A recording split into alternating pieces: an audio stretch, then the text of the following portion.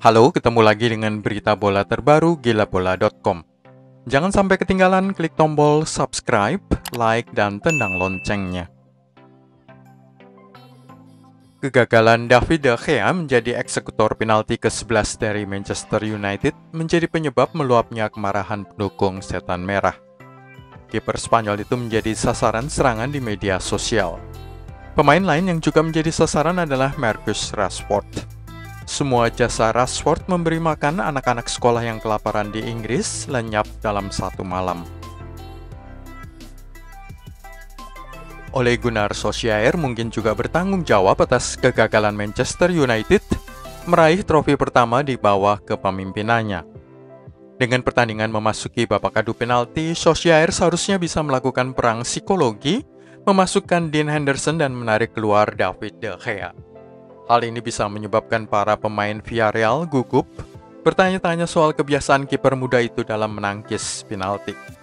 Taktik serupa pernah dilakukan oleh manajer timnas Belanda, Louis van Gaal, saat Belanda menyisihkan Puerto Rico dengan adu penalti pada Piala Dunia 2014 babak perempat final, memasukkan kiper baru tim Krul pada akhir extra time saat skor pertandingan terjaga 0-0.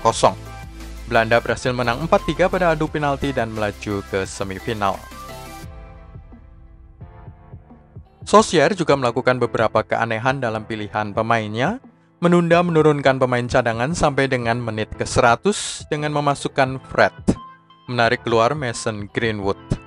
6 menit kemudian pada menit ke-116 memasukkan Axel Tuanzebe dan Daniel James guna menggantikan Eric Bailly dan Paul Pogba.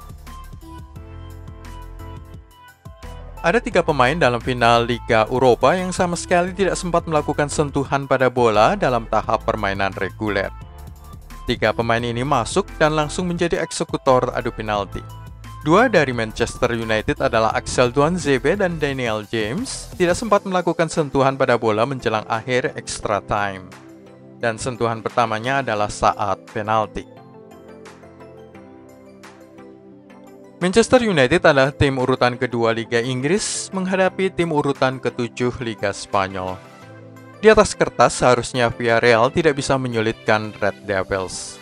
Komentator Paul Scholes menyalahkan mentalitas para pemain Setan Merah. Mereka tidak layak mendapatkan pujian apapun karena tidak cukup bagus. Mereka membuat kemajuan, tetapi kekalahan semacam ini dan berbagai kekalahan lainnya pada masa silam seharusnya memberi rasa sakit hati, tambah Paul Scholes. Para pendukung sepak bola berdebat mengenai siapa yang dimaki oleh Edinson Cavani pada menit ke-33 final Liga Eropa. Tayangan televisi menunjukkan Ole Gunnar Solskjaer berteriak pada seorang pemain, lalu adegan berikutnya menunjukkan Cavani berteriak tutup mulut dalam bahasa Spanyol. Ada yang mengatakan bahwa sang bintang Uruguay menunjukkan kemarahannya itu pada Solskjaer, tetapi ada pula yang mengatakan bahwa dia berteriak pada satu pemain Villarreal yang terlalu lama dalam mengambil lemparan ke dalam. Mulut Solskjaer sih meneriakkan Luke. Jadi kemungkinan besar dia marah-marah ke Luke Shaw yang gagal menerima satu umpan terobosan dari Marcus Rashford. Edinson Cavani berbuat kesalahan yang berujung tendangan bebas Villarreal pada babak pertama yang menjadi gol dari Gerard Moreno. Tetapi mantan pemain PSG itu mencetak gol balasan pada babak kedua, memanfaatkan kemelut di depan gawang Geronimo Rulli. Berkat golnya itu, Edinson Cavani menjadi pemain nomor 3 yang berusia 34 tahun atau lebih yang mencetak gol di final sepak bola kompetisi Eropa untuk sebuah klub Inggris. 2 orang sebelumnya adalah Gary McAllister, 36 tahun untuk Liverpool di final Piala UEFA pada 2001, dan Didier Drogba, 34 tahun untuk Chelsea pada final Liga Champions 2012. Sebelum partai final dimulai, Ole Gunnar Solskjaer bicara soal kesaktian angka 26. Sang manajer Norwegia menyinggung tanggal ulang tahun istrinya, tanggal 26, sama dengan tanggal final. Juga tanggal ulang tahun pernikahannya terjadi pada tanggal 26.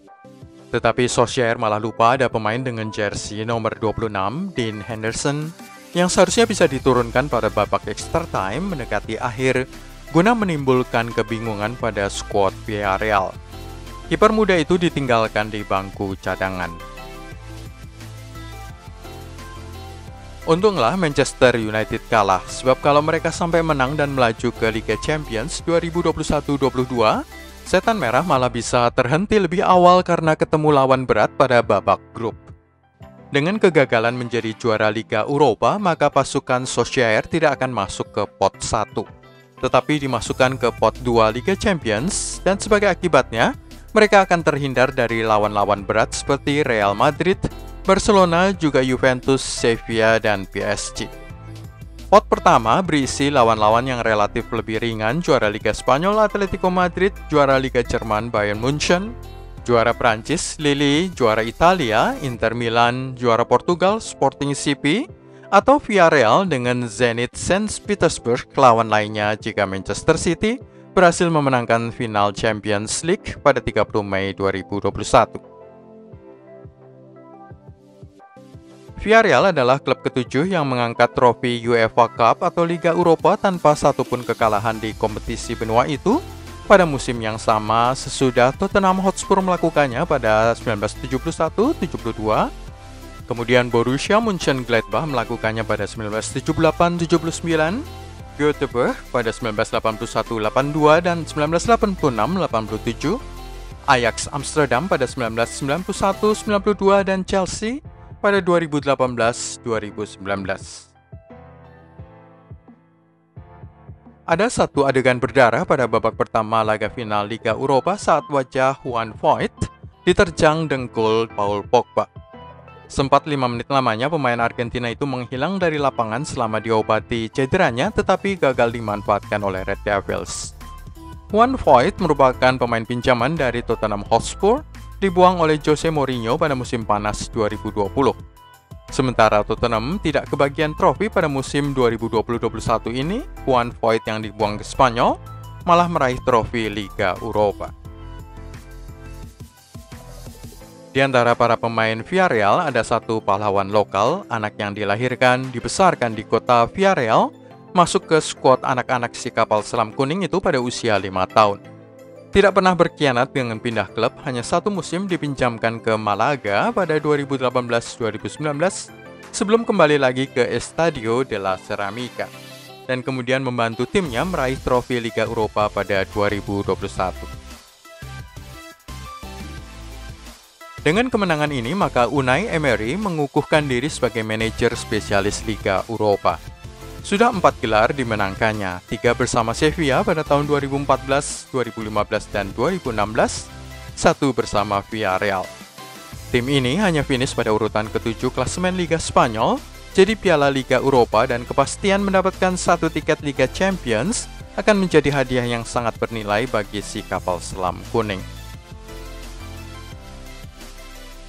Itulah semua dari gilabola.com kali ini. Klik tombol subscribe, like, dan tendang loncengnya untuk berlangganan berita bola terbaru.